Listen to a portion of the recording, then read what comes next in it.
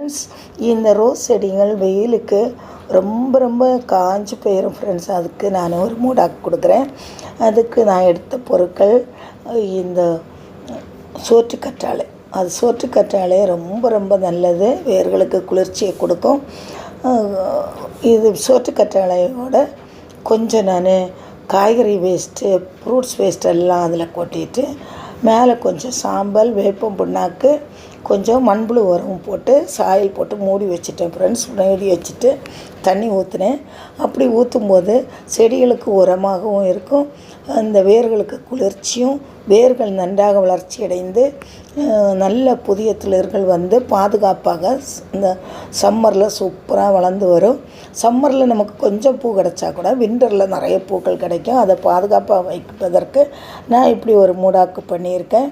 நீங்கள் இதே மாதிரி செஞ்சு பாருங்கள். Thank you friends. God bless you.